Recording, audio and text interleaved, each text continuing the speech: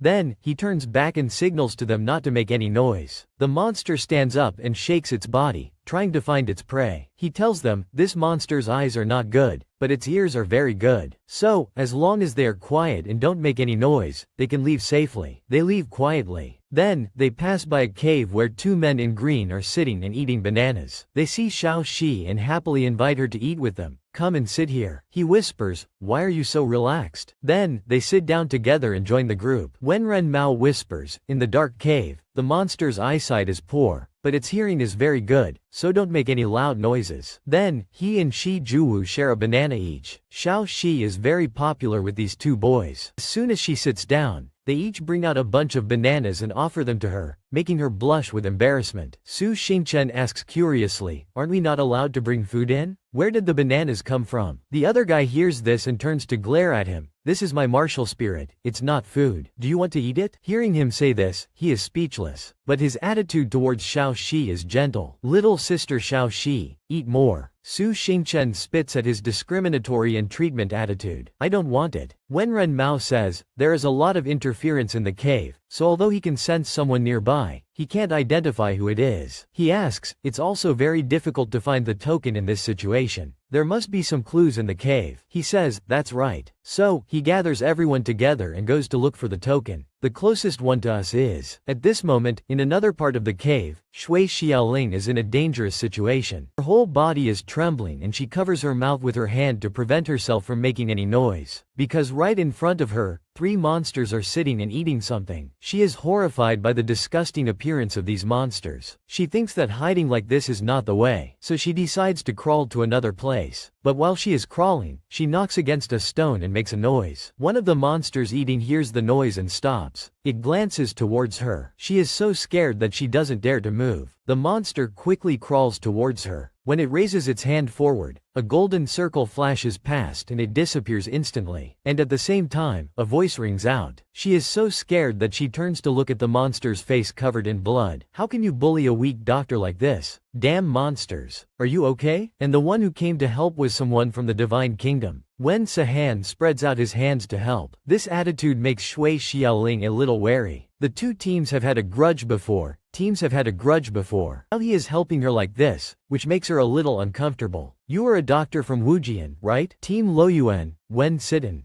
"Don't worry, I am a gentleman. I will not attack a doctor." Before all Ling can respond, a group of creatures that are neither human nor ghost suddenly attack. They attack in a swarm, surrounding Wen Sidon and Lu Dali. Monsters? Humph. Evil spirits. Wen Sidon uses his soul power, and cooperates with the support staff to fight a battle. Shui Xiaoling takes the opportunity to find a way to escape. Boom. Boom. A loud noise rings out in the silent night, attracting everyone's attention. What was that sound? It seems that someone is fighting. Let's go and see. I hope it's not our team. Li Mu rushes forward. As soon as she reaches the fork in the road, a blade flies past her neck. Fortunately she dodges it in time, otherwise she would have died here. Li Mu turns around and draws the dagger hidden in her shoe to stab the sneak attacker. The moment their eyes meet, Li Mu realizes that it is her teammate Xiao Shi. Ah, it's a teammate. I hit the wrong person. I hit the wrong person. Heads gradually appear. Su Xingchen does not dare to shout, afraid of making any noise. I'm so sorry. It's too dark to see clearly. I could only attack first. I'm sorry. I'm sorry. It's okay. Did you guys hear the noise over there? Of course, guys hear the noise over there? Of course. Let's go and have a look together. Su Xingchen and the others hold hands and walk close together, trying to minimize any unnecessary noise. After walking for a while, the scene in front of them makes them stop immediately. Looking at the pile of mutilated corpses on the ground, it is clear that a fierce battle has taken place. Su Xingchen lights a candle and brings it close to the corpses to take a closer look. What kind of monster is this? He looks at Shi Juwu, and they shake their heads at each other. They look and look again, but they still find it strange. It's not like anything he knows. Suddenly, a voice calls out, "Mr. Su." He points the candle towards the source of the voice. The dim candlelight shines on Shui Xiaoling's face, which is covered in mud. After seeing that it is Su Xingchen, she breathes a sigh of relief. It really is everyone. That's great. Ah Ling, you're surrounded by monsters. Come out here quickly. The small monsters huddle close to Shui Xiaoling, as if they are afraid of something. They are very different from the monsters we saw earlier. Don't be afraid. Ah Ling pulls the children into her arms. They are not dangerous. Su Xingchen sees that they are not evil. He asks Ah Ling about the noise from earlier. Ah Ling is the closest one, so she must know. What happened here just now? Why was there such a loud noise? It was the Divine Kingdom's Luoyuan. Shui Xiaoling remembers when Wen Sidon and Lu Dali from Team Luoyuan fought the monsters. Itan and Lu Dali of the Luoyuan team fought the monsters. They beat the monsters to a pulp, and blood splatters everywhere. Evil spirits. And they still dare to fight back? I will destroy you all. The sight of them terrifies Shui Xiaoling. Their strength is truly formidable. She is so scared that she hides in a nearby cave. Ah Ling looks around for a hiding place, and the sound of something banging against something in a dark corner catches her attention. A few little monsters are playing with each other. When they see Ah Ling, they tremble and huddle close to their mother monster. These monsters seem to be afraid of me. Shui Xiaoling reaches out her hand towards them, and the mother monster quickly puts her arms around her children. Although they look different from humans, they actually have no ill will towards the human race. At that time, they probably just wanted to identify the source of the sound, and had no intention of attacking. So it's just a big fuss. That Wen Sidon even killed their entire family? That's right. The physical structure of these monsters is not like that of demons. On the contrary, they are more like humans who have lived in caves for a long time. Chapter 142. Su Xingchen asks the system in confusion, "How can humans live in caves?" Hearing him ask this, the system replies, "How would I know? Maybe they live there to avoid the chaos." Su Xingchen looks at them in silence. Then he turns to Shui Xiaoling and asks, "That's right, Sister Shui. What about the people from Luoyuan?" She replies immediately, "They slaughtered everyone here and then left." Su Xingchen squats down and looks at the ground. He says, "Something feels wrong. Let's get out of here first. Don't stay here too long." Wen Renmao also feels that something is wrong. Just now, there was such a big commotion. We can't be the only ones who noticed. At this moment, on the other side, Wen Sidon, didn't you say that you had to catch that girl? Why did you leave as soon as you finished fighting? Wen Sidon tells him not to talk nonsense, and to quickly get rid of the smell on his body. He smiles and continues, "I just thought of a better way. Although our mission is to destroy everything, we should try not to get our hands dirty. The Divine Kingdom has detailed information on each arena. Do you remember what the most dangerous thing in the Immortal Cave is?" "What do you mean?" Si Wenthan smiles. "There was such a big commotion just now. It must have noticed it too." Suddenly, the ground shakes violently. Su Xingchen and the others are caught off guard. The 100-eyed centipede likes the smell of the blood demon the most. Let's catch them all in one go. Seeing the monster crawling out from the ground, Su Xingchen is shocked. The worm is so big. At this moment, a man rushes out. He uses the Lanqiang Shao sword formation and charges towards it. The speed is too fast. The Lanqiang Shao is ineffective. This monster is at least at the Martial King realm. This monster is at least at the Martial King realm. Wen Renmao sees that this is not a good situation and immediately turns around. Very good. It's impossible to fight. Run. Su Xingchen sees this and praises him. You're so decisive. At this moment, the centipede starts to chase them.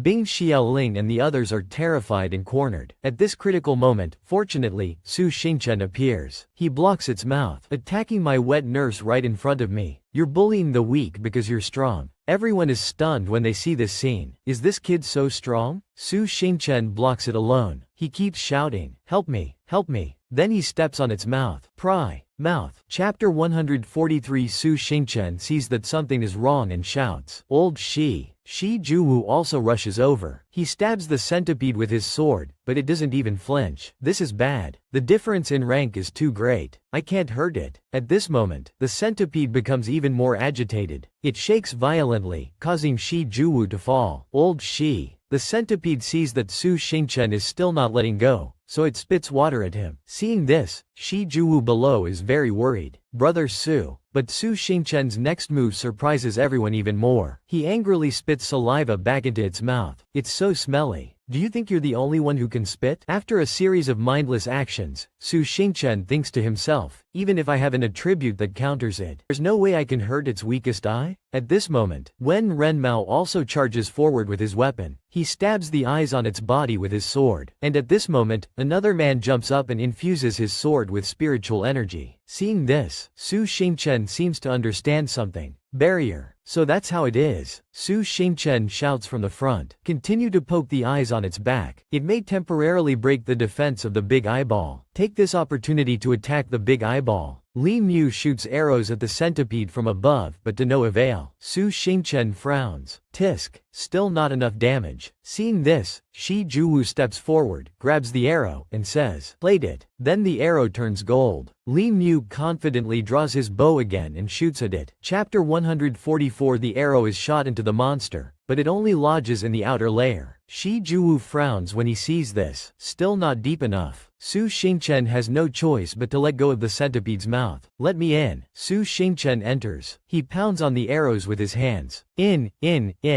all for me. Suddenly, the monster closes its mouth. Shi Juwu is shocked when he sees this. Ah, Brother Su. He charges forward with his sword. He stands at the centipede's lower abdomen and stabs it with his sword. He stands at the centipede's lower abdomen and stabs it with his sword. Wen Renmao sees this and tells him, hey, it's closed. Suddenly, the centipede moves. Inside, Su Xingchen keeps hitting its belly. Finally, he punches a hole in the centipede's belly. Su Xingchen slowly emerges. Phew. It stinks to death. The worm is dead. Shi Juwu is behind him. As soon as he comes out, Su Xingchen brings out a round, dark blue bead. Wen Renmao sees them come out and immediately asks, is everyone okay? Shi Juwu smiles and replies, I thought that the bright sword was going to be crushed. Fortunately, Brother Su was able to tear open the worm's belly in an instant. Recalling the scene just now, when Shi Juwu stabbed the centipede's lower abdomen, Su Xingchen had already cut open its belly. Wen Renmao looks at the orb. This is the mission item. Su Xingchen also looks at it. He smiles. Yeah, I'm lucky. He recounts, at that time, I directly grabbed its eyeball, and we were swallowed down together. Inside its body, I attacked continuously, and very quickly, it couldn't withstand it anymore. The eyeball also turned into water, revealing the mission item inside.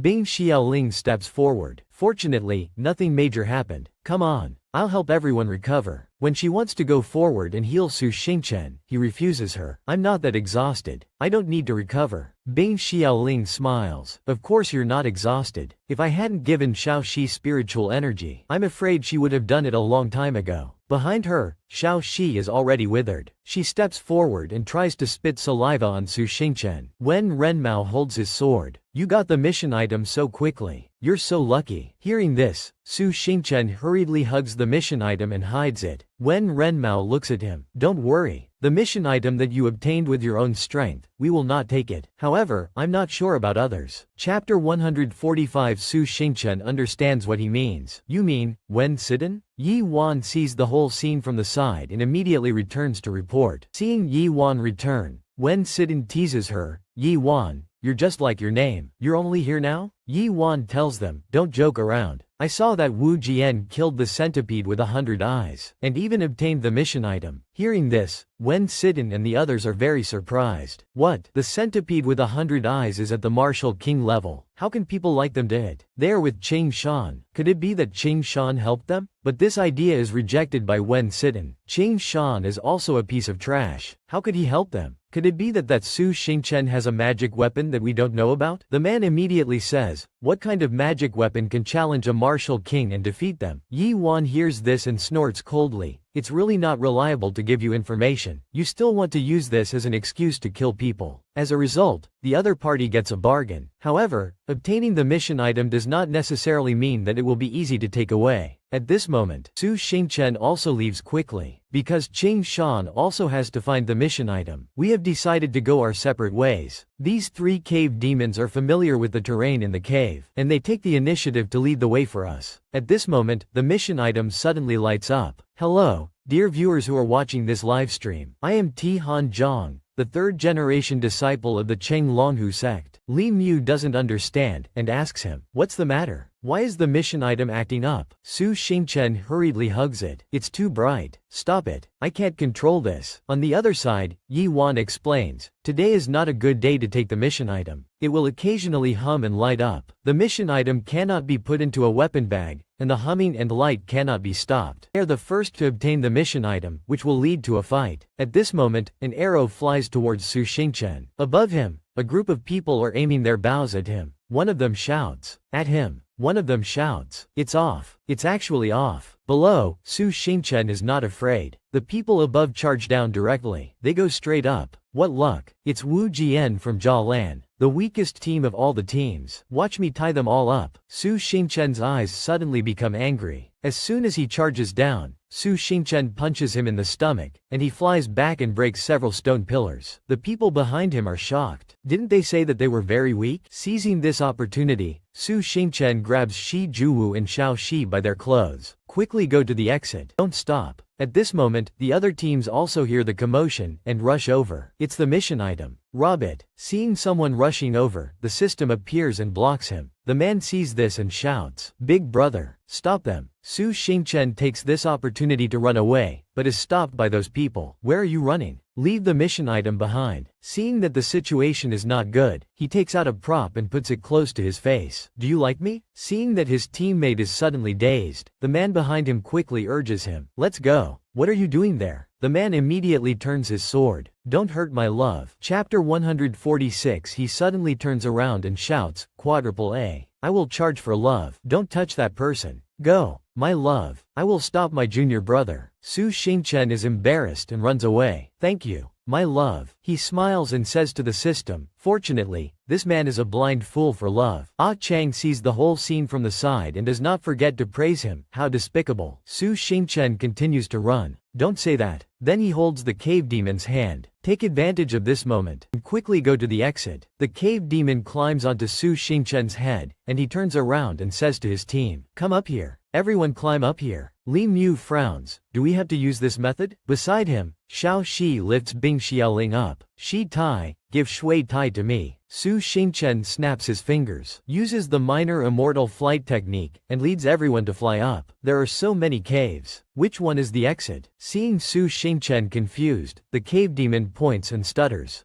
Triple A. He immediately understands. The third door on the left? Then, Su Xingchen twists his hand behind his back and grabs Li Mu and Shi Juwu. It's you. You too. Go in first. With that, he throws the two of them out of the exit. When he sees that they are safely outside, Su Xingchen looks down at the cave demon. This is the door. Thank you. At this moment, Xiao Shi also runs over with Bing Xiaoling in her arms. Su Xingchen urges her anxiously. Xiao Shi, run faster. I won't be at ease until you guys go in first. Take the mission item in. Before he finishes speaking, something appears behind Su Xingchen. It steps on the ground where he is standing. Xiao Shi and Bing Xiaoling are stunned when they see this. They have waited for so long. They only see Su Xingchen lying on the ground. Yi Wan walks out, followed by a large monkey. As expected, defending the entrance to the cave is the best strategy. Seeing that they are planning to ambush Su Xingchen, Xiao Shi shouts, Su Xingchen when she sees Wen Sidon using his cultivation technique to attack. Bing Xiaoling uses her shield to protect him. Be careful. Wen Sidon looks at them with contempt. A healer with a shield is really a great support. I think she is a 4-star grandmaster. This talent is really a waste in Wu Jian. I originally didn't want to fight a healer. With that, he uses more force to attack Xiaoling. causing her to struggle to block the attack. But Wen Sidon's speed is too fast. In less than a moment, he charges to her side, but she has a little hindrance. Before Bing Xiaoling can panic, Xiao Shi steps forward and kicks him. "Stay away from my sister." Wen Sidon is annoyed by the kick and turns around. "You beast, go to hell." But before he can touch a hair on her head, he is stopped by something. Below, a hand is holding him. Chapter 147. Wen Sidon looks down. What is it? He is pulled by the leg by Su Xingchen. Su Xingchen's eyes become dangerous. The next second, he kisses the ground. The leg by Su Xingchen. Su Xingchen's eyes become dangerous. The next second, he is kissing the ground passionately. Yi Wan is very surprised. How is that possible? Charge at him for me. Su Xingchen turns around to block a blow from the monkey, but he is only able to withstand it for a moment before he is knocked away. Xiao Shi rushes over. Su Xingchen, are you okay? Shi. Seeing Xiao Shi split into 3 people, he asks in confusion, why did you turn into so many people? The system tells him that it is because his head is dizzy. Bing Xiaoling steps forward and says softly, let me help you heal. But before she can touch Su Xingchen's wound, Wen Sidon attacks again. Be careful. Wen Sidon is very angry. You damned thing, you dare to touch my face. Yi Wan does not stand by and watch. This person is stronger than I thought. Let's charge together. The system tells Su Xingchen to be careful. Although he has the very strong burning inflammation overlord body technique, they all have higher cultivation realms than him. Su Xingchen uses his move. Then let's see who is tougher. The man charges over without thinking, but when he sees that the thing is unharmed, he is very surprised. Is it ineffective? What kind of magic treasure is this? Then he looks at Yi Wan. Yi Wan secretly scolds him for being stupid. Don't just stare at him. Then they look at Bing Xiaoling, who is fighting Wen Sidon alone. The weak are easy to bully. Su Xingchen sees that she is in trouble and turns to her.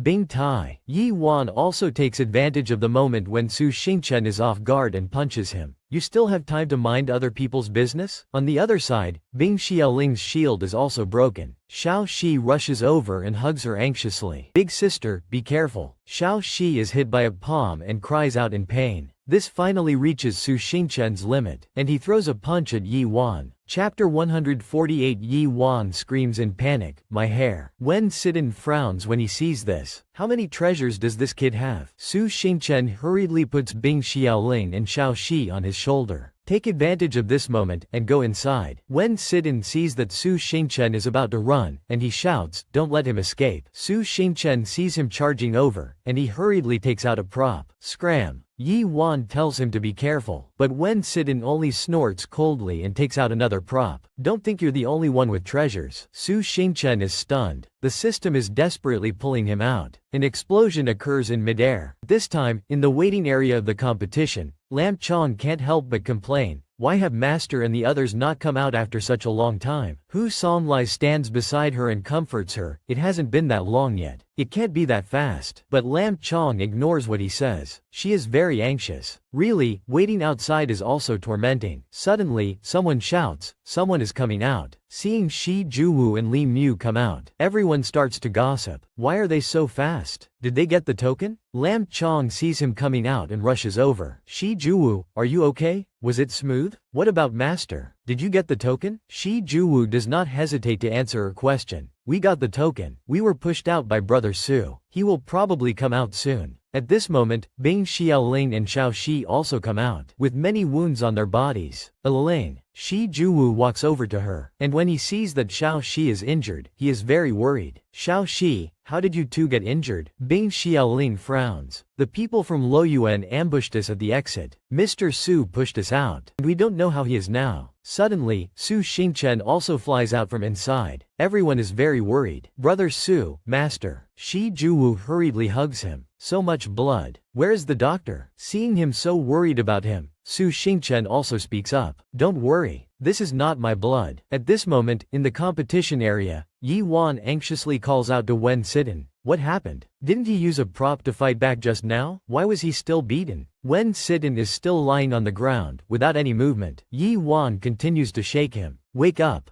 don't die. Even if you are at the martial venerable level, it's not like you'll die from being beaten. Suddenly, the man behind him speaks up. Didn't you see just now? There's something wrong with that Su Xingchen. He can take our props. Chapter 149. A moment later, the doctor finally arrives. After examining Xiao Shi carefully, he looks at Su Xingchen and says, "She's fine now, and she'll wake up soon. Thank you." He continues, "Does anyone else need treatment? Please contact us as soon as possible." Lam Chong breathes a sigh of relief. That's great. It's a false alarm. Only Su Xingchen wonders, why haven't the people from Luoyuan come out yet? At this moment, the system tells him. When he rushed over, I swallowed his prop and took advantage of the fact that he was seriously injured to rob him of his system. Although it was very fast, his companions could still see it. Su Xingchen is very surprised when he hears this, and he asks if the other three people also have systems. The system answers without hesitation, "That's right. And in just a moment, I felt it." Su Xingchen breaks out in a cold sweat. This Luoyuan guy. Suddenly, the system says proudly, "There are 10 of them, and I have taken all 10 of them." Jian Yun and the others are very envious when they see Su Xingchen and the others come out first. Based on what? How come they are the first group to come out? Wen Sidon, what happened? Jian Yun's expression does not change. He is almost seriously injured. This Su Xingchen is not simple. Tan Zhou glances at her. 80% of it is due to carelessness. He is so arrogant that he is not suitable to be a captain at all. Yun, I still value your next task, and we must perform well. Jian Yun remains silent. On the other side, the people from the 3005 report to him. My lord, the people from Luoyuan have failed in the first battle. He is very calm, and only pretends to be surprised. Another person interjects. I wonder what you think about this. Sending those people is no different from sending them to their deaths. Why not directly capture Su Xingchen? He reads a book and says, but this is the Venerable's decision. The Venerable's decision? What exactly does Venerable want to do? The 3005 replies coldly, how Venerable wants to do things is not your place to question. Then he asks his attendant, have the arrangements on the Jialan side been made? The arrangements have been made, my lord. Hearing this, he smiles with satisfaction. Very good. Since the Divine Kingdom has brought him so many benefits, he should also repay him something. At this moment, in the Jialan Palace, the second prince walks in with a frown. Inside is his father. Chapter 150. As soon as he sees his father, the second prince hurriedly kneels down. Your son pays homage to his father. His father sees this and says that they are all family, and there is no need to follow such rules. Then he asks why he came to see him today. The second prince smiles and says, isn't it because I miss my father? His father hears this and calmly says, you are really considerate. Your younger sister has forgotten about her father since she entered the Boundless. The second prince glances behind him. The third younger sister is an ungrateful wretch. Let's not mention her. Father, look, this is the snack that your son asked the kitchen to prepare. It's very delicious, father. Your son specially brought it for you to enjoy. On Su Xingchen's side, he is very surprised. Can we go directly to the third gate? Yes, the team that wins first place will have the opportunity to advance directly. Shi Juwu turns to look at Su Xingchen, and his face is full of joy. Let's go directly to the Sword Valley. Wu Dunu frowns slightly when he hears this and glares at Su Xingchen. He understands and says that he knows. I know. I will find a way to enter the Valley of Repentance. At this moment, the gate begins to open. You can go in now. Su Xingchen suddenly breaks out in a cold sweat. He wonders, do we have to go in so early? The other teams are still competing on the second floor. The man's expression does not change. Do we have to go in so early? The other teams are still competing on the second floor. The man's expression does not change. It's okay. They will follow soon. Su Xingchen does not ask any more questions and enters. The Sword Valley used to be the residence of the Holy Sword Pavilion, hiding countless powerful treasures, which makes people covet it. In front of Su Xingchen are countless swords stuck in the ground. Su Xingchen reminds everyone to be careful. If the team behind enters, there may be an ambush. Su Xingchen looks around excitedly. There are so many treasures, all of them are good swords. Lam Chong glances at them and says that this place used to be the Sword Valley after all. The town sword of the Sword Valley sealed the passage to the demon world. But 500 years ago, someone pulled out the sword and released the demon race. The Sword Valley was unprepared, and more than 10,000 disciples in the valley died tragically. This was also the beginning of the war with True Ta, and it is said that the treasures here can open up the divine sense, and can choose their own masters. Suddenly, Su Xingchen feels something behind him. A sword flies towards him from somewhere. Brother Su, be careful. But when the sword reaches about 30 centimeters from him, it stops and flies around Su Xingchen. Lam Chong sees this and says with a smile, "The treasure has found its master." "Master, it wants to follow you." Su Xingchen hears this and says with embarrassment, "It wants to follow me? Does that mean I have a special talent?" At this moment, a voice breaks Su Xingchen's satisfaction. "Wow, so many swords." Looking back, he sees Shi Juwu surrounded by countless swords. Don't crowd anymore." Shi Juwu smiles wryly. "My martial soul is a sword. I don't need so many weapons. Thank you for your kindness, seniors. Don't crowd anymore. You can't get in there." Su Xingchen sees Shi Juwu surrounded like this and is a little jealous. And he points to himself. "Why are you only looking at him? Can't I do it?" But the swords just want to stay as far away from Su Xingchen as possible. They immediately stand aside behind Juwu. Su Xingchen can't help but get angry. "Hey, I want to break these swords. Calm down, brother Su." At this moment, Xiao Shi looks towards a hill in the distance. She thinks to herself, is that the Valley of Repentance? Most of the people in the clan are suffering there. How can I get into the Valley of Repentance? Outside the Sword Valley, everyone is talking excitedly. Looking at the corpse in his hand, Jian Yun asks, "What happened to Wen Sitten?" "He's dead." Jian Yun and Tan Zhou are shocked. "He actually died in there?" Yi Wan whispers in her ear that Su Xingchen is definitely not an ordinary person. "He controls our artifacts." Jian Yun can't believe her ears. She leaves despite Yi Wan's pleas. "We couldn't have completed this mission anyway. It's too early to talk about this now. Tell me what everyone has been through. I will settle this debt in the Sword Valley." At this moment, inside the Sword Valley, everyone finds their own magic weapon, and receives their own opportunities. But from the beginning to the end, the only thing that catches Su Xingchen's eye is this sword. Su Xingchen is still competing with Shi Juwu. This magic weapon really has no eyes. Seeing this, the system explains to him, magic weapons can sense each other. You already have a lot of good things on you that were given to you by your old friends, so it will threaten them. Hearing the system say this, Su Xingchen looks at the ring on his hand. "Oh, what's wrong?" The system says that it has located the two fake systems of Luo Yuan. They have entered the Sword Valley. This time, they are prepared before they come. It will definitely be more difficult to deal with them. First, we have to find a place to hide. Su Xingchen feels very confused when he hears this and asks, "Where can we hide in this place?" Seeing that the sword that has been following him suddenly flies away, Su Xingchen does not hesitate to follow it. Quickly, follow this sword. It leads him to a very dark cave. Shi Juwu keeps praising it. This place is quite secluded. Seeing that the red sword is only half left, Su Xingchen is very confused. "Oh, this sword." Su Xingchen's mind suddenly becomes dizzy. The system asks him what's wrong, but before the system can wait, Su Xingchen has already stepped forward to pull the sword out of the ground. "Huh? Why is this sword standing here?" Seeing this, Su Xingchen quickly shouts to stop him. "Don't touch that sword. There's something wrong with this thing." He is very confused. He doesn't know what the thing above is. "Did you bring us here on purpose?" Then, Su Xingchen looks at the sword. "Did you bring us here on purpose?" Shi Juwu sees that he is acting strange, and asks with concern, "Is there something wrong with this sword?" Su Xingchen does not answer directly, but simply says, "Don't go near it anyway." He looks into the cave and continues. "This cave looks quite deep. We have to go inside and hide." With that, Su Xingchen and his group go deeper and deeper inside. Stepping inside, Lam Chong looks around. "This cave. I thought this cave was formed naturally, but looking at the traces of carving, it was dug out by humans." Hearing this, Shi Juwu says that it is probably something left over from the time of the Holy Sword Valley. Holy Sword Valley. That's understandable. Xiao Shi wonders, where does this lead? But Su Xingchen doesn't pay attention to them. He keeps thinking about the sword from before. The aura of the broken sword is full of malice. There is also a sense of familiarity that cannot be explained. Where does this feeling come from? Seeing that the system keeps hiccuping, Su Xingchen turns to ask it, "Why do you keep hiccuping? Do all systems hiccup?" The system answers without hesitation, "It seems that there are some bugs. I always keep an eye on the location of the two fake systems, but as soon as I keep an eye on them, the bug appears and I lose them." Hearing this, Su Xingchen is also surprised. "Lost them?" At this moment, it's like they are underwater. They can't breathe. Since when? It's the water prison curse. We must find the divine eye to break it. Everyone stops. Su Xingchen suddenly discovers someone. Over here. The person rushes out from a dark corner. You're quite perceptive, based on your level. On the other side, Yi Wan also rushes out. Su Xingchen is pinned down by Yi Wan.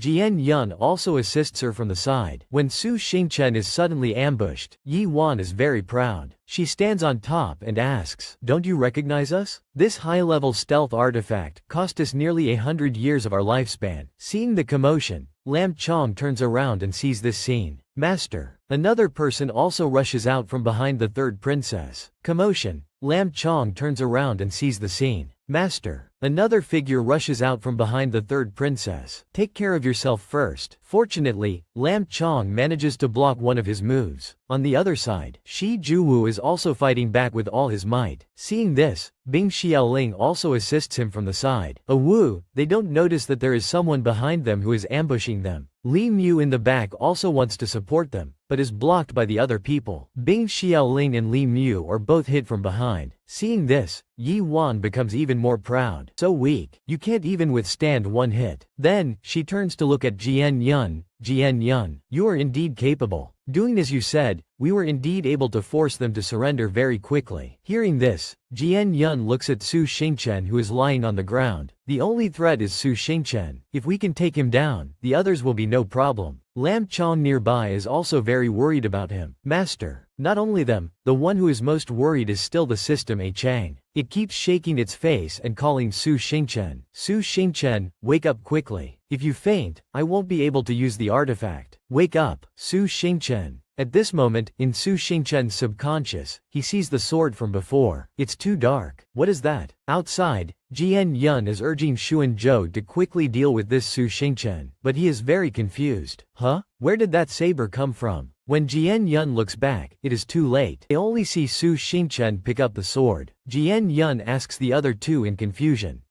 Who is this person? But Yi Wan doesn't pay much attention to it. She shouts loudly, "Who cares who he is? Attack first and talk later." Charge when they see the people from the Divine Kingdom team charging towards them. Su Xingchen's expression is very dark. He cuts off Yi Wan's hand and charges at her. "Just in time, let's charge together. Let me have a good meal." Then, he charges towards them. Jian Yun and Xuan Zhou have no choice but to take out their artifacts, but the system quickly snatches them away. Jian Yun is very surprised. Can he really absorb artifacts? The system excitedly grabs Su Xingchen's hair. "You still dare to pull out artifacts in front of me? Let me take you away." "Su Xingchen, this is an evil sword. Although it can enhance your combat power, I can't suppress its spirit at all, and am completely controlled by the sword." "You idiot, don't hit too hard. If the cave collapses, everyone will be buried here." As it speaks, it pulls on Su Xingchen's sideburns to stop him. "This is not good. I have to absorb a few more fake systems to increase my strength in order to hold him down." Thinking of this, the system turns to grab Jian Yun's head. At this moment, she regrets it very much. "We shouldn't have confronted him. Someone who can rob us of our systems is too dangerous. Hasn't the superior checked him yet? Perhaps it was intentional." Before she could finish her thoughts, Su Xingchen had already charged forward and slashed. At this moment, Xiao Shi had also gradually regained consciousness. "It hurts so much. Why is there so much blood?" She looked at the person standing in front of her, Su Xingchen. Seeing that Su Xingchen intended to finish off Xiao Shi, the system quickly tightened its buttocks and held him back. "Stop it for me. Break the sword. You dare to rob my master. Let go," the system said as it pulled Su Xingchen's hand away from the sword. The moment the sword fell, Su Xingchen also collapsed on the spot. Seeing this, Xiao Shi anxiously called out Su Xingchen's name. "This guy who only knows how to mess things up." Hearing the voice, Su Xingchen opened his eyes, only to see that everything around him was pitch black. Behind him was the red sword from before. It's not easy to find a suitable person. Damn it. Su Xingchen ran towards it. But when he arrived, Su Xingchen realized something strange. The scene had changed and was no longer black. Looking at the cliff, this is the Valley of the Holy Sword. Su Xingchen was very confused. Valley of the Holy Sword. He looked around and asked himself, where is that sword? A red-haired man there said to the person next to him, "This is your first time in the Valley of the Holy Sword. Let me show you around." The bamboo shoots behind the mountain are very fresh. Seeing the white-haired person, Su Xingchen was stunned. Xingchen is stunned. It's him again. Su Xingchen angrily points at him. "Liar. evil, pale-faced bastard. He also uses all his strength to spit on his face. The system can't help but stop Su Xingchen's ignorant behavior. This is the remnant of that sword. This kind of deception is really everywhere. Su Xingchen calms down and looks at the white-haired man. Looking at his appearance, it seems like the previous incident in the extreme north of Wangcheng. The sound is still not very clear. Then he looks at the red-haired man. Who is this red-haired man? Stay away from him. He will definitely deceive you, don't you know? But looking at him again and again, this person looks very familiar to Su Xingchen. He is surprised. Is it really a gong? These eyebrows and the corners of his eyes. Oh my god. I haven't seen you smile like this in 18 years. Are you so happy? This kid is really an idiot. A gong turns his head and asks the white-haired man if he wants to go to Function Mountain. He continues, no. Function Mountain is a restricted area. You are an outsider, and you are not allowed to enter. The white-haired man says something, but Su Xingchen can't hear it. He only knows that a gong said that there is also this kind of trial on Function Mountain. Why don't I know about it? The two of them just talk, while Su Xingchen just stands in the middle and acts as a fool. Is there such a thing? Stands in the middle as a joke. Is there such a thing? Master has never told me this. However, being recognized by a genius, he laughs out loud, and then shows off. Speaking of geniuses, in this entire Valley of the Holy Sword, I am second to none. Such a trivial trial, how can it be difficult for me? I will definitely become a genius recognized by those before me. Su Xingchen is very surprised. Who is this? A gong is still very confident and moves forward. The ancient sword, right? I will pull it out sooner or later. Behind him, Su Xingchen keeps waving his hands to stop him, although he can't even touch a single hair on a gong's head. Wake up. Do you believe everything you hear? Don't those red-haired guys have brains? Only the system remains rational. It tells him to wake up. This is a remnant thought. You can't interfere. In an instant, the scene changes. A familiar voice comes from the abyss. This place is heavily guarded. I almost got discovered. Phew. It's not difficult for me. The person who walks up is a gong. His body is covered in dirt and wounds, but he is still determined to move forward. This is the sword. Seeing the sword covered in talismans and stuck in front of him, Su Xingchen reaches out to stop him. Don't. But in the end, he is just a spirit, reliving the events of the past. A gong can't hear anything he says. Going back to before, a gong was punished by his master to kneel outside. He keeps complaining, kneeling again. A voice suddenly comes over. Are you still disobedient? Hearing the voice, a gong raises his head. Master, I just wanted to compete a little. I didn't expect the outer disciples to be so weak. They coughed up blood after 2 hits. The old man suddenly slaps him on the head. He says with great anger, are you competing? Using your talent and arrogance to provoke others. Are you still trying to reason? Causing trouble for me every day. A gong turns his face away when he hears this. If you think I'm too much trouble, then let me go down the mountain. All the junior brothers have gone down the mountain. Hearing a gong say this, the master replies calmly, your arrogance is too great. You know how to dance with a sword in the air, but you have never understood the true meaning of the sword. Fortunately, I don't have very high expectations for you. When you have reduced your impatience, then think about going down the mountain. A gong recalls the past and then looks at the sword again. He makes a silent determination. Master, I will become a disciple that you are most proud of, as long as I can pull this sword out. Thinking about it, he doesn't hesitate to put his hand on the sword and pull it out. It's just a sword, but to pull it out, he has to use a lot of strength. When he pulls the sword out of the ground, a gong is very happy. When he pulls the sword out of the ground, a gong is very happy. It's pulled out.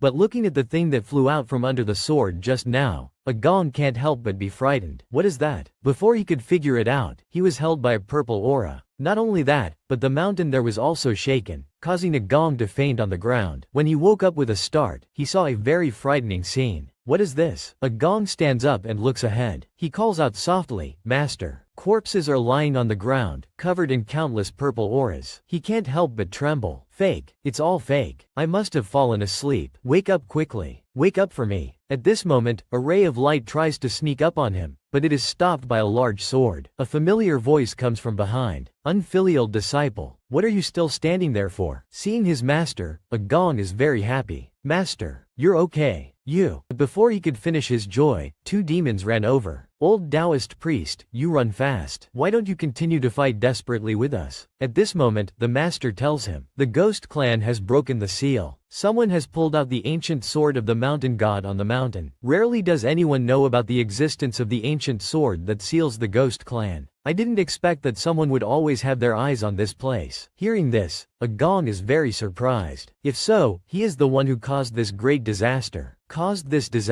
His master continues, they are all dead. Even the elders are almost gone. The Valley of the Holy Sword was destroyed by my hands, the owner of this place. Heaven favors you. If you can withstand the effects of the demonic energy, then you should not die here. You have always wanted to go down the mountain, so this is the time. After saying that, he creates a barrier for a gong. Go and tell the people in the world that the Valley of the Holy Sword has been invaded by the Ghost Clan. A gong feels distressed when he sees his master do this. Master, wait a minute. A demon sees this and immediately launches an attack on the barrier. Want to run? Stop right there. But it's all in vain. His master looks stern. Your opponent is me. In the distance, a gong keeps calling out, Master, Master. Only Su Xingchen notices the sword beside him. At this moment, a voice comes over. A gong turns around in surprise. The voice comes from the sword that he just pulled out. Revenge? It's all because of that liar that things have turned out this way. Use me. I will help you. A gong listens to the temptation and picks up the sword without hesitation. Revenge. Kill that liar. Su Xingchen sees the sword. The system knows what he is thinking. This sword may be the place where the demon clan has been sealed for many years, and has been invaded by demonic energy. Su Xingchen also feels confused when he hears this. Now very few people know that the Holy Sword in the Valley has sealed the demon clan. Holy Sword in the Valley has sealed the demon clan. Why does Xie know about this? At this moment, a red light flies over. Be careful. Su Xingchen is caught off guard and looks around. What's going on? Looking down, it turns out that no one is ambushing him, but a gong is fighting with the white-haired man. This bastard. I'll kill you. But the other man is very calm. You can't live in this world. As soon as he finishes speaking, he waves his hand and attacks a gong. After just one move, a gong is covered in blood. So strong. This kid also has his own strength, more or less at the martial emperor realm, but he was defeated by this man in the blink of an eye. Even a martial god would find it difficult to do so. The other man is very upset to see that a gong is still alive after being beaten like this. This tenacious leech. It's really an obstacle. Fine. I'll spare your life. Don't appear in front of me again. But a gong doesn't understand. We were laughing and talking happily just a second ago. Why do you have to do this? We are sworn brothers. I have never done anything wrong to you. Don't you feel ashamed? But the other man doesn't care. Ashamed? At most, you are just a stumbling block. And above, Su Xingchen has seen all of this. A gong is still sitting there, saying over and over again,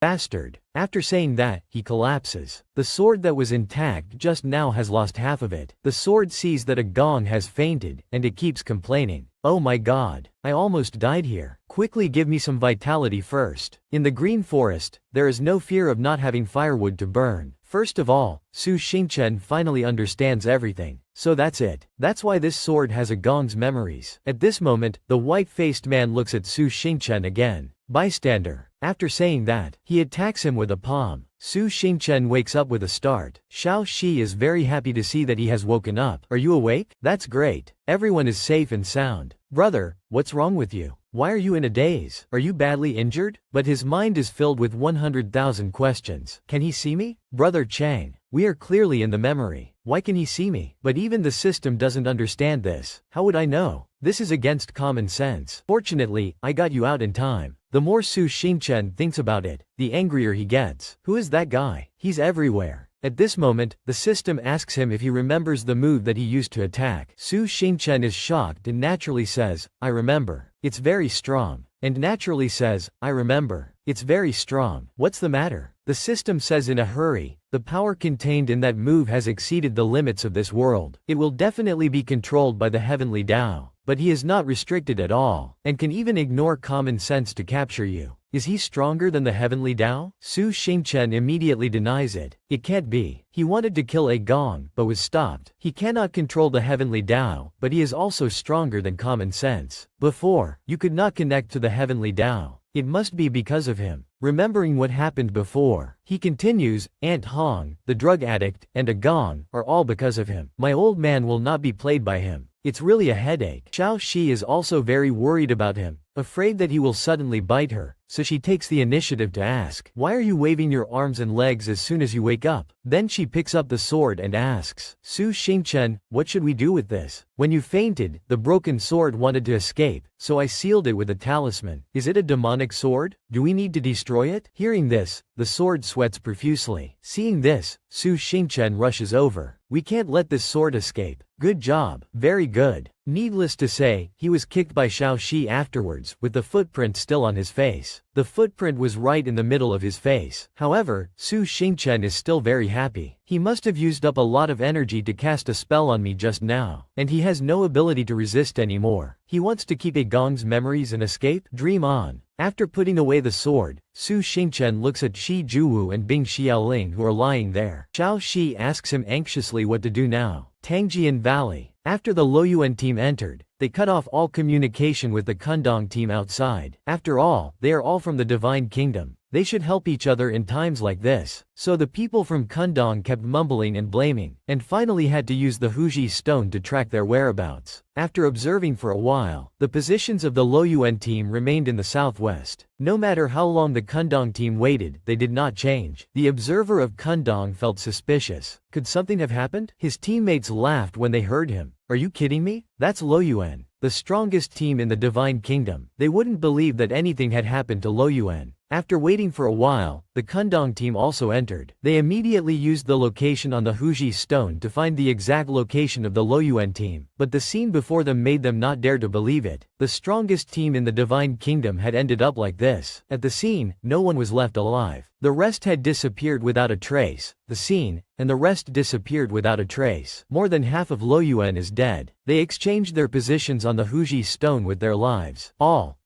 Every corpse was killed by a fatal sword strike. Before their lives were taken, their bodies were severely damaged. They died with their eyes wide open. The wounds were caused by a sword. The rank of this person is higher than theirs. Judging from the traces, the other person must have left for a while. This is a serious matter, and the captain of Kundong immediately ordered his teammates to go out and report to the master. He wanted to see who dared to kill the students of the Divine Kingdom. After leaving the Valley of Swords, only Su Xingchen and Xiao Shi were lucky enough to be awake, while Li Mu and the third princess had been unconscious for a long time. He carried the third princess and ran ahead to lead the way. Xiao Shi carried Li Mu and ran after him. Noticing that the path was different from before, Xiao Shi asked immediately, "Where are we going?" Valley of Repentance. Xiao Shi didn't ask any more questions or have any opinions. The reason why Su Xingchen chose the Valley of Repentance was because of Mr. Wu's instructions, partly because of the sword's guidance. Although it is a demonic sword, it is located in the heart of the terrain here, and it told them to go this way. Aren't you afraid that it will deceive you? If it only leads us astray, Su Xingchen will make it into an ugly, mottled sword that no one will dare to look at. And even if you give it to him, he will not dare to lie. The most important thing now is to get there quickly, is to get there as soon as possible. The team behind us will continue to enter here, then we will be in trouble. Next, Su Xingchen looked at the open terrain ahead and then at Xiao Shi. The two of them were also exhausted, and if they ran through, they were afraid that they would be discovered by the other team early. He looked at the cliff next to him and saw a gap. He pointed at it forcefully. Go that way. This gap is too narrow. How can we get people through it? One person can probably squeeze through. Xiao Shi, hide somewhere nearby. Remember to keep an eye on everyone. Su Xingchen has to squeeze through and scout ahead first. Su Xingchen leaned over and tried to squeeze inside. The wind whistled past, grazing his skin. The wind is so cold. Is this the Valley of Repentance ahead? Su Xingchen prays that it is. After Su Xingchen left, Xiao Shi also found a temporary shelter for Li Mu and the third princess. She quickly pulled the two of them inside, while she peeked out of the entrance to observe the situation outside, her heart pounding non-stop. When will master come back? Su Xingchen followed the cliff to get to the other side. He kept sighing. It hurts like hell. I should have called Xiao Shi to come with me. At this time, the system asks him, "It's been almost half an hour, and you still haven't reached the other side?" Su Xingchen couldn't help but frown when he heard this. "I really admire you for being able to pass through all things." But the system ignored his words, and was very curious. The further you go in, the narrower it gets. You can't see the other end, and you still have to keep going forward? Oh right, there are also strange patterns on the cliff. Did you notice? Su Xingchen suddenly remembered when the system reminded him. I didn't even notice it just now. The system was also very puzzled. The patterns are so obvious. How could you not notice them? Su Xingchen looked up at the patterns on the cliff. He remembered his grandfather. No, this kind of pattern.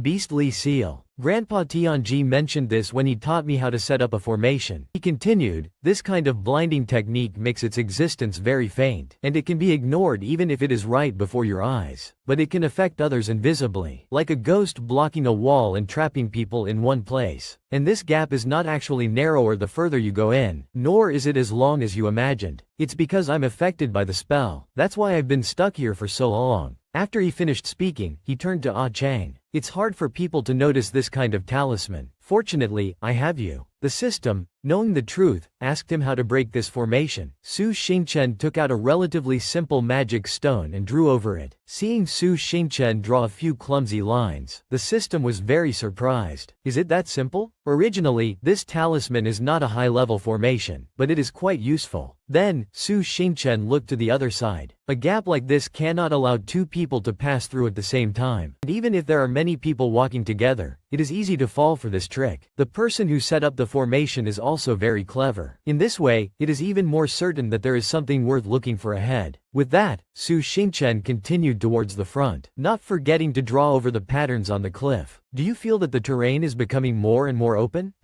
As soon as he finished speaking, Su Xingchen and the system had arrived on the other side. In front of them now was a scene of sealing. Su Xingchen was very surprised to see the seal here. He did not hesitate to throw a punch at it. It's another high-level seal. Su Xingchen tried to break the seal to get out, but when he withdrew his hand, the seal was still intact. The system reminded him that he could not break it. Su Xingchen's hand was in great pain after punching the seal. He frowned. My soul power alone is not enough. But there are 5 of these seals. If we add a few more people, we should be able to break it. Then hurry up and call everyone here. Go and call everyone here. Su Xingchen returned to his original spot and called out to Xiao Shi. He looked inside and asked in a low voice, has everyone not woken up yet? Hey! Suddenly, an arm flashed past his face. The person in front of him rushed forward, her hand wrapped around Su Xingchen's neck. Before Su Xingchen could figure out what was going on, the other party asked him if he was scared. Seeing that this person was not Xiao Shi, Su Xingchen slammed his head into hers. Where did this idiot come from? The 2 people who had been watching behind were also very surprised by Su Xingchen's unexpected move. This brat, get him. With that, they did not hesitate to rush towards him. One of them burrowed underground and then emerged to grab his leg. Su Xingchen was pulled down to the middle of his knees. In this difficult situation, Su Xingchen grabbed the other guy's neck and threw him at a nearby tree, using the force to pull his leg out. He could not help but sigh. This elastic body is really amazing. The other one also rushed out, you son of a bitch. But before he could touch a single hair on Su Xingchen's head, Su Xingchen used his rubber body to punch him in the face. Seeing that the situation was not good, the remaining one also rushed out and threw something down. All of a sudden, black smoke filled the air. He was standing high up, looking smug. Have a taste of my poison smoke. Let you dissolve into a puddle of blood. But before he could finish gloating, Su Xingchen appeared right next to him. Sorry about this, I'm immune to all poisons. After saying that, he punched him away. He also took care of the other one while he was at it. I'm immune to all poisons. After saying that, he sent him flying. He also took care of the other one while he was at it. You guys are even weaker than the previous group. Su Xingchen was about to continue fighting, but then a voice rang out. Stop. He was holding Xiao Shi in his hand. She had fainted. Don't move. Otherwise, I'll kill your friend. They're all in our hands. Seeing Xiao Shi, Su Xingchen was very worried. Little brat Xiao Shi. Not only that, but he also noticed the missing clump of hair on her head. She was dragged until her head was bald. Su Xingchen was caught off guard and was immediately knocked down by the guy behind him. Behave yourself. Then he covered Su Xingchen's mouth and stuffed something into it. Of course, Su Xingchen immediately spat it out. He also asked him what he had fed him, but the other guy was very disdainful. Don't even think about spitting it out. You don't want your friend to get hurt, do you? Not only Xiao Shi, but Lan Ke and Shi Ju Wu were also captured. Su Xingchen was furious.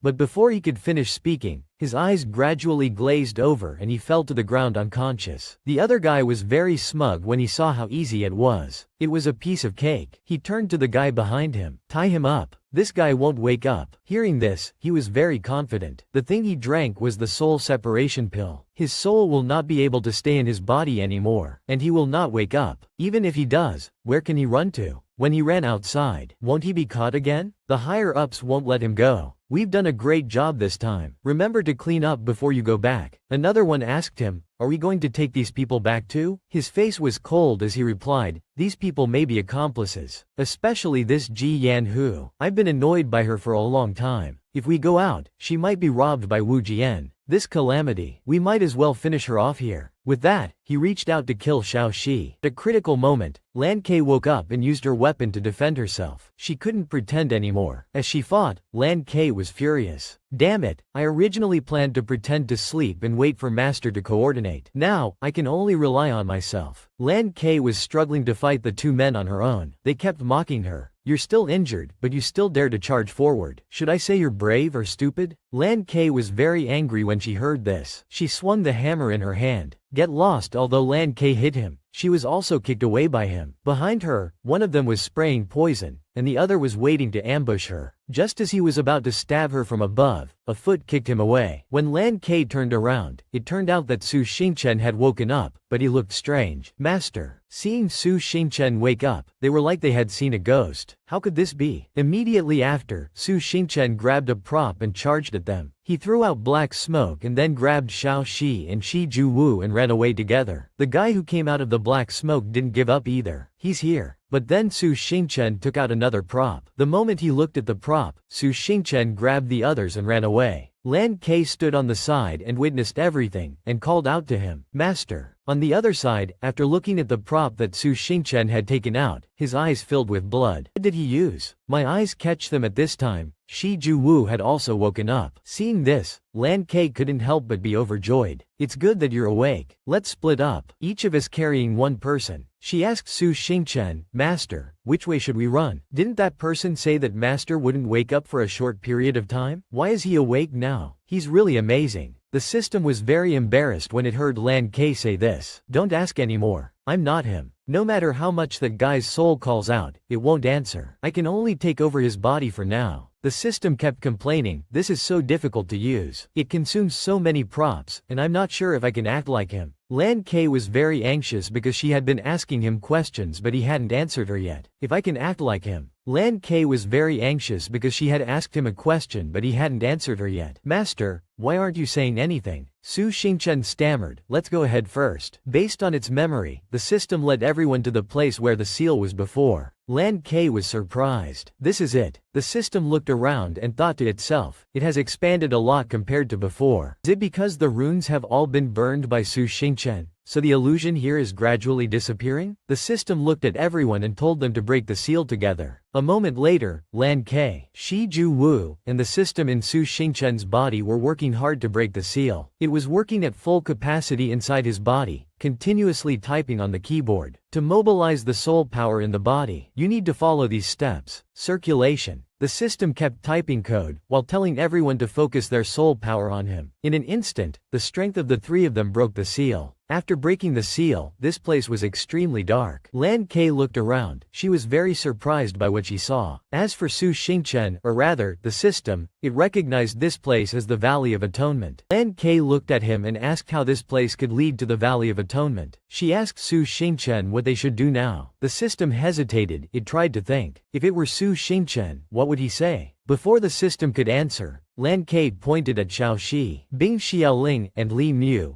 and asked him, should we wait for them to wake up first? Should we wait for them to wake up first? The system didn't know how to answer either, so it said, okay, let's start transferring soul power to them. Lan Ke couldn't help but ask Shi Juwu in doubt, hey, do you think there's something strange about Master? Shi Juwu asked her what was strange when he heard this. So Lan Ke told him all the doubts in her heart. His temperament is not normal. Normally, Master is always the one who gives his opinion. In the past, he was always the one with the initiative, but now he's hesitant, and he speaks in a low voice. At this time, the system was still diligently calling out to Xiao Shi, wake up. Thanks to Lan Ke, Shi Juwu finally noticed, it seems like that's true. Why is Master so gentle with Xiao Shi? Lan Ke hugged herself tightly. She felt goosebumps. Why didn't he use 2 palm strikes to wake her up? Suddenly, Lan Ke realized something. Before, the people of the Divine Kingdom forced Master to drink a soul pill, causing his soul to leave his body. Why did Master wake up so quickly? At this time, these 2 people had the same thought. He has been possessed. The 2 of them approached the system. Master. The system broke out in a cold sweat. Why? What's wrong? What's with your attitude? Just a second ago, Lan Q's face was full of tension, but in an instant, it broke into a smile. An instant, she smiled. She sat down next to the system. What's the matter? I came to wake them up with Master. She looked around and continued. Besides, we've already arrived at the Valley of Atonement. Didn't Xiao Shi say that she wanted to come here a long time ago? The system was very embarrassed when it heard this. When did Xiao Shi say that? The system asked with a smile. Xiao Shi, did you say that? It didn't expect that Shi Ju Wu would be strangling it from behind. Lan Ke saw that it was at a disadvantage. She made a series of movements and said, I'm sealing your acupoints. The system was confused. What are you guys doing? A Kwong will probably be scared to death this time. Lan Ke looked at it. She confidently reaffirmed her thoughts. Sure enough, you're not Master. I figured it out a long time ago. Before, I heard Xiao Shi and Master say that they wanted to secretly go to the Valley of Atonement. But it seems that you don't know anything about this. Hearing this, a Kwong was very helpless. Who would have known that you were eavesdropping? Lan Ke angrily kicked it. Who are you? Why did you possess Master's body? Speak. The system kept hitting him to wake him up. Su Xingchen, you better wake up. How am I supposed to explain this now? Why did I get exposed so quickly? Outside, Lan Ke couldn't bear it anymore and shouted, speak quickly. Her noise accidentally woke Xiao Shi up.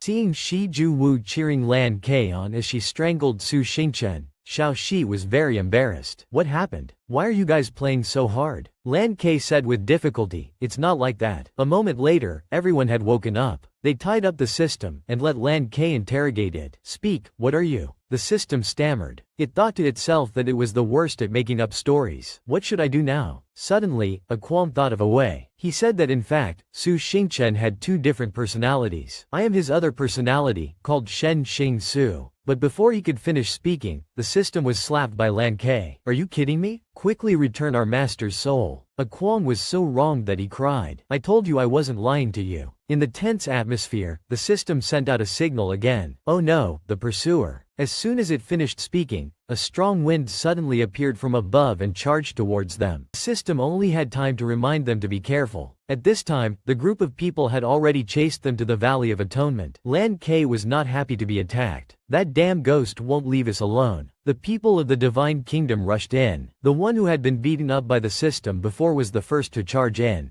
Don't let them escape. At this time, the system was tied up, but it still tried to crawl away. Seeing this, Lan Ke picked him up and told him to stop crawling. Let's split up and run. Behind them, the people of the Divine Kingdom were still chasing after them fiercely. Capture Su Xingchen first. Lan Ke dragged the system away and said to him, I can't fight them by myself. Last time, you saved us. Let's say that you don't have any bad intentions. Take them down for me. The system was very surprised when it heard Lan Ke say this. Me? The system fumbled around and typed on the keyboard, throwing it out. How do you throw it? The system stammered and told her, I don't know how to fight. Lan Ke was very helpless when she heard the system say this, and she could only blame it for being useless. As soon as she finished speaking, the people of the Divine Kingdom attacked from behind. With no other choice, the system took out a few gadgets, but these can be used. Then, threw the gadgets behind it, creating a huge explosion. The smoke was thick, but no matter what gadgets the system took out, one of the people from the Divine Kingdom was not affected at all. He ran up to him. This move is useless. As soon as he finished speaking, he reached out and grabbed his neck. The system was annoyed and hit his hand, punching him and telling him to let go, let go. Seeing that hitting him had no effect, he bit him desperately. Seeing this, Lan Ke was very surprised. What are you doing? Because the system bit him so hard. The other guy immediately threw him to the ground. It was also very confused inside Su Xingchen's body. His body is too difficult to use. I can't control it. It's so annoying. I have to use such a precious gadget here. With that, the system gritted its teeth and took out a gadget and threw it at the other guy. As soon as the gadget hit him, the other guy lost control of his body and started waving his arms around. His teammates were also scared when they saw this. What's wrong with you? Seeing him do this to the other guy, Lan Ke was very curious and asked, what did you do? The system ignored Lan Ke's question. He turned his head and looked at the people of the Divine Kingdom with great satisfaction. Fortunately, these people don't have systems. They can't avoid my gadgets. Seeing Su Xingchen and the third princess running away, one of them ran after them. He said resolutely, don't even think about escaping. The princess took out her treasure again and pulled Su Xingchen up. He was so scared that he screamed, I'm afraid of heights. Lan Ke was also helpless with him and told him not to move. No matter how hard they ran, the guy below didn't give up. In no time, he had already reached Su Xingchen. Because of this illness of yours, I will kill you.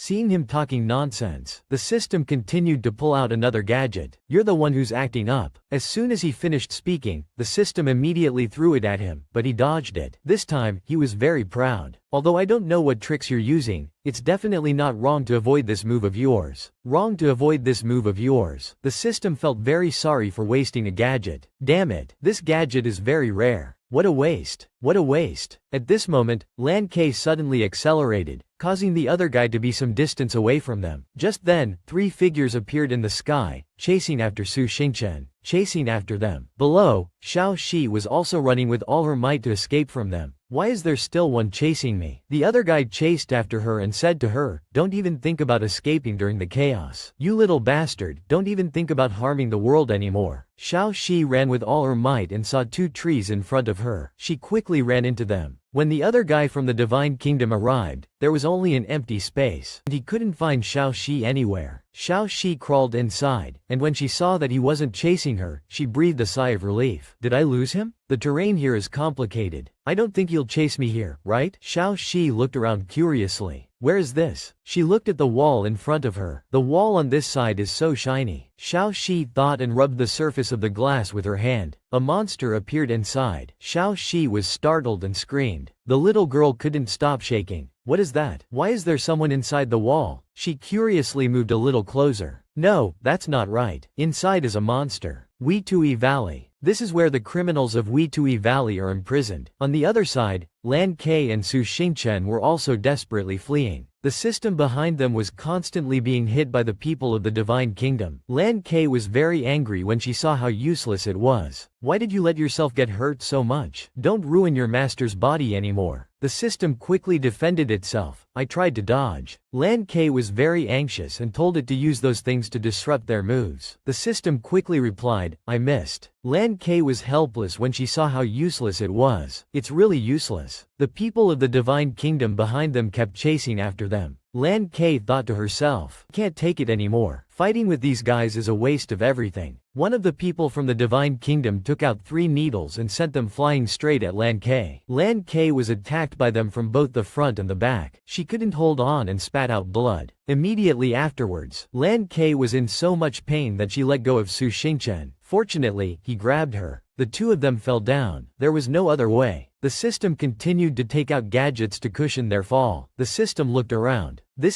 But before it could think, the people of the Divine Kingdom had already run down. The system had no choice but to carry Lan Ke and run away. Behind them, the other guy kept telling them to stop behind them. The other guy kept telling them to stop. He took out another dagger and threw it at Su Xingchen, but fortunately, it didn't hit them. Stop right there. The system took out more gadgets while running. This time, it took out the interference shield and threw it out, creating a shield. Seeing Su Xingchen running away, he chased after him and hit the system's gadget. He asked in confusion, what is this? The system was very happy to have gotten rid of him. Lan Ke was carried on his shoulder and was showing signs of waking up.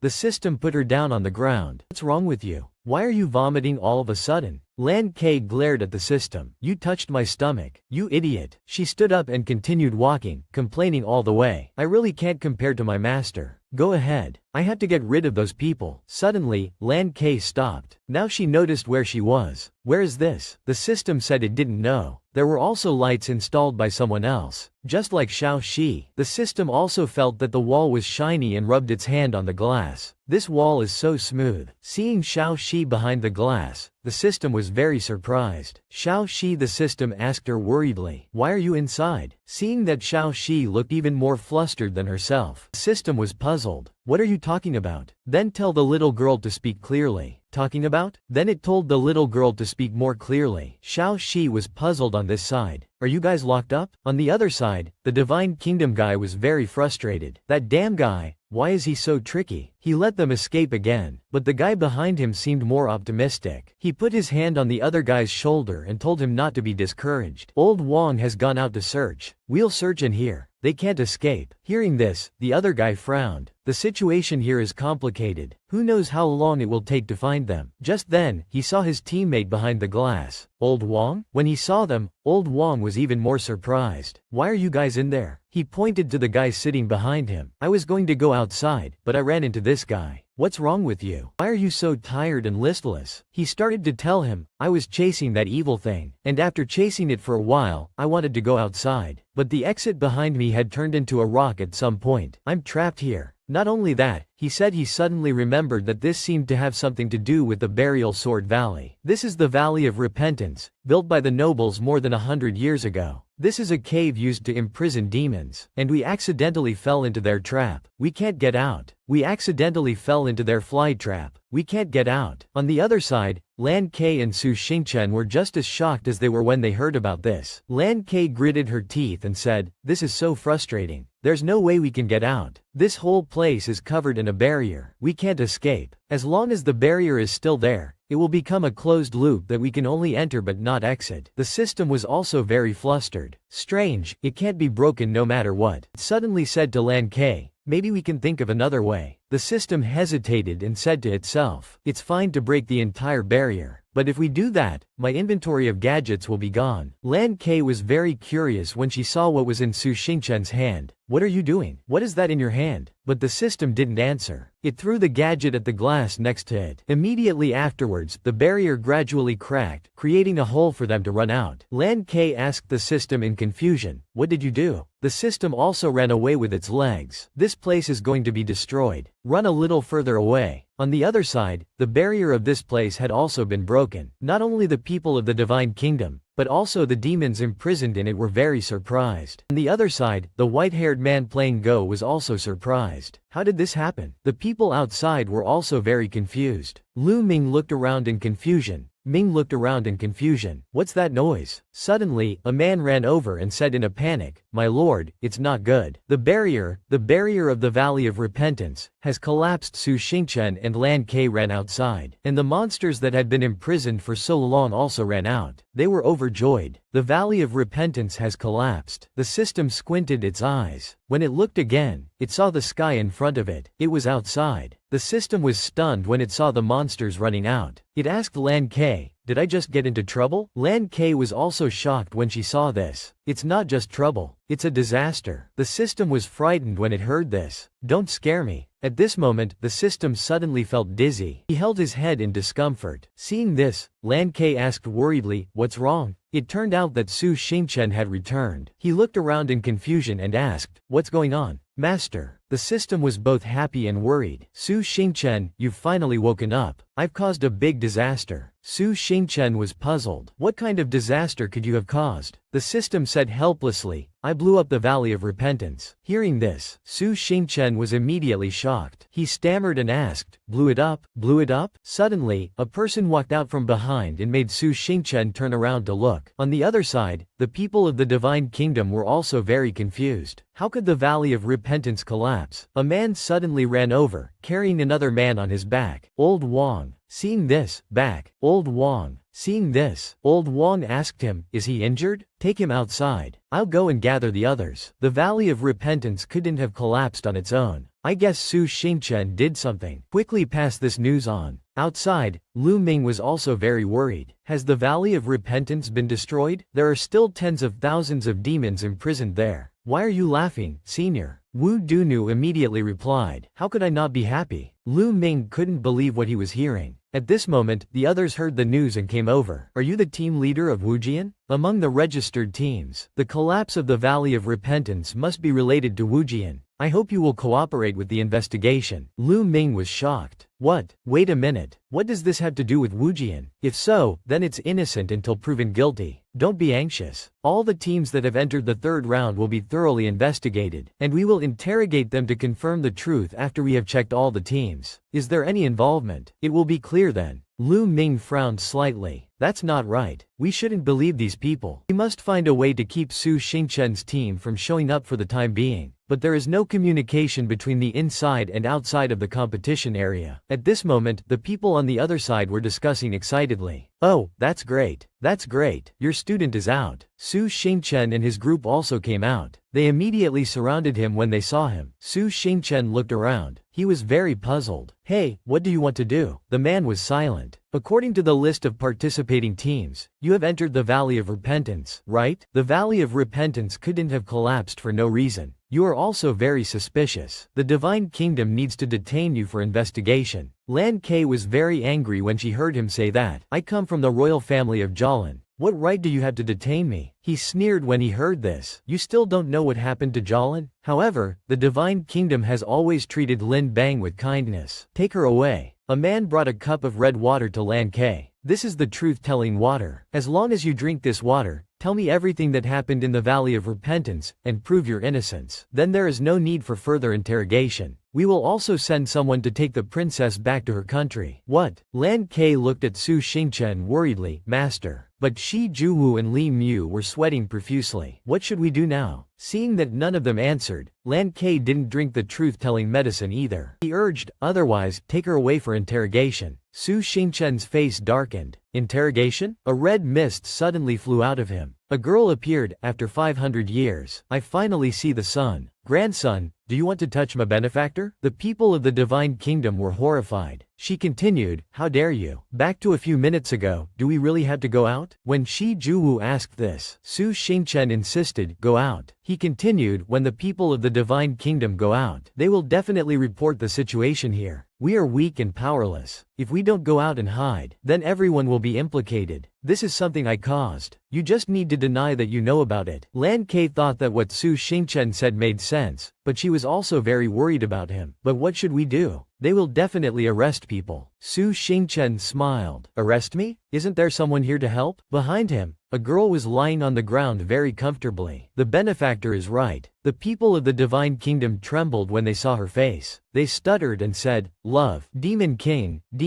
Feng. When they saw the Demon King, they all panicked and ran away. Run quickly. Only the people of the Divine Kingdom stayed and set up a formation. Form a formation. Don't let them escape. Before they could do anything, they were knocked away by the Demon King. A group of martial artists want to surround me? The Demon King flicked its tail, and they were all knocked back 8 meters. Sure enough, you destroyed the Valley of Repentance. You must have colluded with the enemy. Su Xingchen found him too annoying, so he told the Demon King, defeat that annoying guy first. Shi Juwu suddenly called out, Brother Su, how could you release the Demon King? Didn't you say that you would never admit it even if you died, and that you would only fight back if you couldn't bear it anymore? But before he could finish his sentence, Shi Juwu was slapped by the Demon King and vomited blood. Bing Xiaoling was very worried when she saw this. Ah Wu. Shi Juwu didn't understand what was going on after being beaten by him. What are you doing? Su Xingchen froze. Tell them not to come here. 4 chains appeared from the ground, as if they wanted to bind him. The Demon King heard Su Xingchen's movement and turned around. Benefactor, be careful. The ground where Su Xingchen was standing cracked. The Demon King wrapped its snake tail around him. Xiao Shi also ran after him worriedly, and was then dragged away by Su Xingchen. Lu Ming also chased after him. Su Xingchen, release my disciple. He slapped the snake's tail, but was knocked back and fell into Wu Dunu's arms. Thank you, senior. Go and save him. Looking back at Wu Dunu, he had already revealed his true form. No need to thank me. Lu Ming was shocked. Senior. Wu Dunu threw him down without saying a word. Lu Ming landed safely. He couldn't understand. How is it possible? Are you a flaming fox? Everyone was confused when they learned about this. Wu Jian's master is a flaming fox? Wu Dunu was not discouraged. He had been hiding for so long. Finally, he had to show his face. Seeing that the person he trusted was a flaming fox, Lu Ming frowned slightly. The Demon King was very happy to see the flaming fox. Where did this little flaming fox Martial King come from? Wu Dunu rushed over. Run quickly. Suddenly, a ray of light flashed between the two of them. Run. Where can we run? Do you think we are all useless people who just eat and wait to die? The people were very happy to see him.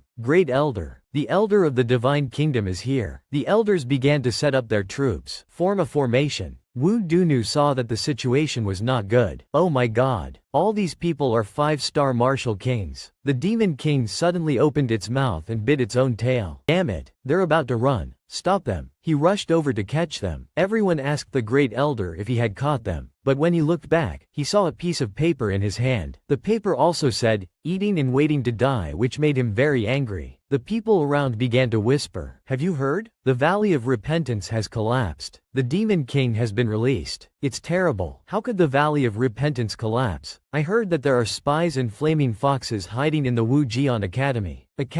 It's these two. The image on the paper is of Su Xingchen and Xiao Shi. I heard that they have been hiding for a long time, and they even injured their master. They are really heartless." Shi Juwu gritted his teeth when he heard this. He is not that kind of person. He did it to protect us. Lu Ming also understood what Su Xingchen did. He thought to himself, "Don't say any more. We haven't cleared the suspicion yet. Be careful not to bring disaster upon yourself. The Valley of Repentance has collapsed. The demon race will definitely make a move soon. We will return to Jialin soon. Jialin is in turmoil. At this time, Lan Ke and he can returned. The eldest prince saw her. You're back. The old emperor of Jialin died unexpectedly. I heard that the second prince killed his father, but the second prince's power in the court is very weak. This matter seems strange no matter how you look at it. So he is still in Dali Temple waiting to be interrogated. Jialin will definitely face a great storm." San Qinwu smiled. "Well done." Yivan Yu looked at him. "You are really at ease. The Valley of Repentance has collapsed. Su Xingchen has escaped. It is obvious that the Venerable wants us to take this opportunity to capture him. But I didn't expect this kid to collude with the Demon King." San Qinwu was not discouraged. "Why are you so anxious? The Valley of Repentance has collapsed. The world will definitely be in chaos. And what we want is chaos. Su Xingchen has escaped. Where do you think he can escape to?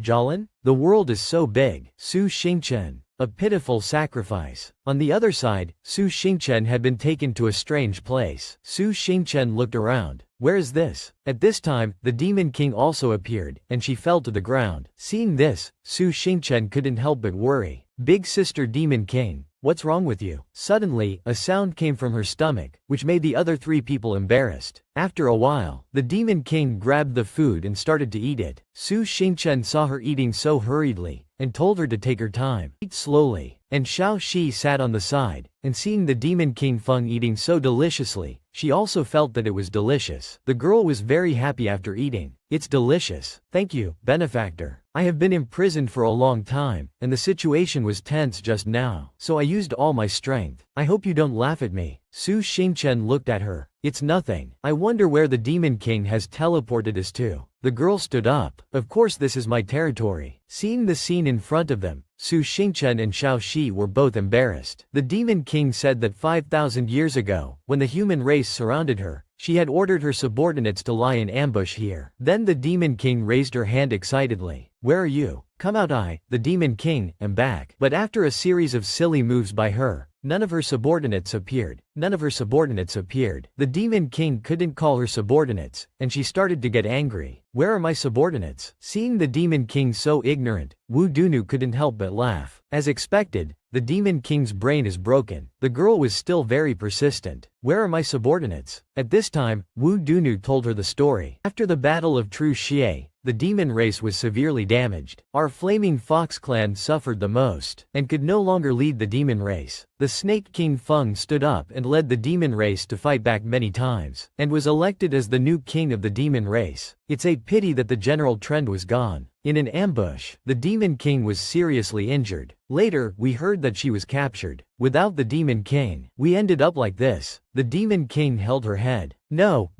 it seems that all my subordinates are dead. Wu Dunu continued. This place is probably where she was ambushed before. Wangxian Pavilion in Manzhou. Manzhou used to be a remote and dense forest with few people. After the demon race lost the battle, humans came here. There is a barrier around this place. You can only enter, but you can't leave, becoming a cage for the demon race. Wu Dunu was puzzled. Why did we teleport here? This place is not safe either. The people of the Divine Kingdom can know our whereabouts through the seal. The people of the Divine Kingdom can find out our whereabouts through the seal. Su Xingchen said, "We have to leave quickly." Behind them, two people were secretly following their every move. Then they ran back to report to their granduncle. He saw them, but he didn't even bother to look back. "What do you want? Don't you see that I'm in the middle of my cultivation?" One of them said, "Granduncle, there are intruders at Wangxian Pavilion. there are 2 flaming foxes. He was shocked and opened his eyes wide. On Su Xingchen's side, they went deep into the forest. Wu Dunu said to him, "This place is not bad. There are trees, so it's easier to hide. We need to fix this place up a bit first." Xiao Shi and Su Xingchen were panting. He said, "Flying with a martial king is really exciting." Wu Dunu looked at him worriedly and asked, "How is the demon king?" Su Xingchen immediately looked at the demon king lying in his arms. "She's asleep. She suddenly fainted on the way just now, and I was so scared. She looks better now." Wu Dunu explained, "She used up too much energy to take us away, and she still has the demon seal on her. Let her rest for a while." Wu Dunu thought to himself, "Then we can only rely on ourselves." He continued, "I don't know how powerful the guardian of Manzhou is." Hearing Wu Dunu's words, Su Xingchen felt strange. "Guardian?" Wu Dunu replied, "He is the one who maintains the operation of this seal." Wu Dunu replied, "He is the one who maintains the operation of this seal. Manzhou is so big, of course there must be someone to maintain the seal." The Divine Kingdom Venerable established the Guardian Organization, recruiting cultivators from various countries. After the Great War, the demons were sealed in the west of Wuzhou, and the demons were driven to Manzhou. The seals in Manzhou are all one way, and the demons in the outside world cannot connect with each other. The Guardians manage the seals day and night, and are also responsible for keeping Manzhou stable. Once they find any force resisting, they will take action immediately, causing the demon race to be scattered. Wu Dunu said, "Because of this, the human race has been able to rule for a long time." Su Xingchen saw Wu Dunu looking at him and smiling, and he felt a chill down his spine. "What are you glaring at me for? It's not like I did it." Wu Dunu frowned. In short, Manzhou has been sealed for many years, and no one knows what the situation is inside. We must do our best to hide and maintain our strength. You are only a great martial master. If they send more people, I'm afraid we won't be able to stop them. At this time, Su Xingchen knew that he was only a great martial master, so he called the system. "Brother Chang, you have swallowed so many systems, but my level is still only a great martial master? Give me a level up. Hey,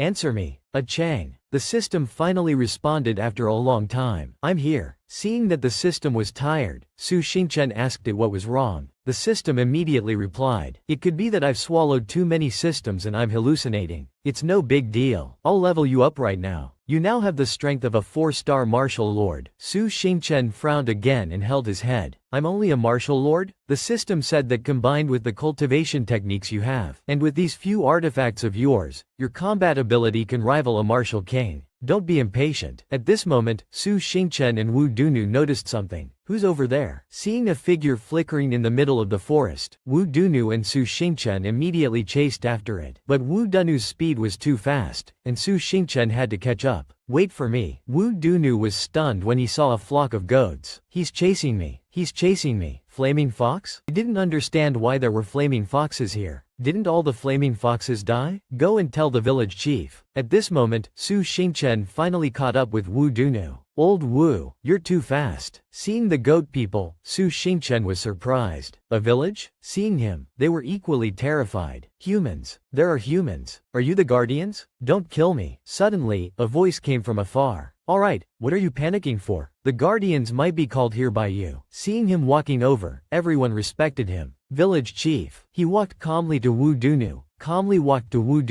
"Did you come from outside, Flaming Fox? Long time no see, you are the most noble." Wu Dunu raised his head arrogantly and replied, "I'm still very noble now." The village chief continued, "Now, the demon race is all despicable." He turned and left. "Go into the village, if you don't want to be found by the guardians." Wu Dunu looked at Su Xingchen. Both of them were sweating as if they were thinking about something. Going inside, they took out a glass of water and some potatoes. "There's nothing valuable here, you can eat it for now." Wu Dunu glanced at the food on the table. He thought to himself, what kind of food is this? It's not even as good as the potatoes I roasted. Su Xingchen asked them, "Fellow villagers, do you usually eat this? I don't think the land here is barren." The village chief immediately replied, "Their Yang clan originally lived on the grasslands, but they were imprisoned in the forest. We can only learn to grow crops, but 80% of the food we grow has to be handed over to the guardians. The remaining 20% has to be paid in all kinds of heavy taxes." Su Xingchen slapped the table and stood up. "Ridiculous. Is this the era of landlords? Fellow villagers, aren't you going to stand up and fight back?" He hung his head, very depressed. "Fight back? How can we fight back? How can we fight back? The Yang clan is peaceful and weak, and there are few who are strong in fighting. Moreover, we no longer have a reason to fight back. Su Xingchen was puzzled. Suddenly, a chain came out of nowhere and tied them up. Su Xingchen was shocked. There's a trap. He looked at Su Xingchen and the others, and apologized sincerely. I just want to live. When we saw you, we reported it to the guardians. The Yang clan knelt on the ground, and the guardians were above them. The village chief was overjoyed when he saw them. My lord, Lord Guardian, we have cooperated with you to capture those people. Can you reward us with some forgetful dust? The guardian beast above laughed. Of course you can. Then he threw the yellow stones to the ground. Take them. The Yang clan rushed forward when they saw this. Forgetful dust. Finally, we have forgetful dust. The village chief also ran over. Give it to me. This is my old man's. My son needs it to save his life. The guardian beast above looked at them with contempt. They fought and pushed each other just to get a piece of forgetful dust. Get lost. This is mine. Su Xingchen hid to one side and witnessed all this. Forgetful dust. Wu Dunu said that this is a medicine that can cure paralysis, pain, and is made from a herb called forgetful grass. Once abused, it will be addictive for life, and it cannot be cured. The village chief begged and cried, just to get a piece of forgetful dust. Su Xingchen was shocked. Isn't this a drug? This bunch of bastards. Wu Dunu looked into the distance. If they use forgetful dust to control the demon race, then the demon race in Manzhou will definitely have to bow their heads. Let's go. Just then, the three of them, Wu Dunu, Su Xingchen, and Xiao Shi, escaped from the ropes. They went into the middle of the forest. Wu Dunu said that he had left a paperman in the woods before, and while they were not reacting, they retreated. Suddenly, a strange voice came. Retreat. Retreat where? The three of them froze. Don't move. Su Xingchen was sweating. Why is this happening? Did they catch up so quickly? Wu Dunu said no. He waved his hand. It's an illusion. Above them was a guardian. He was very surprised. Oh, you escaped? You out?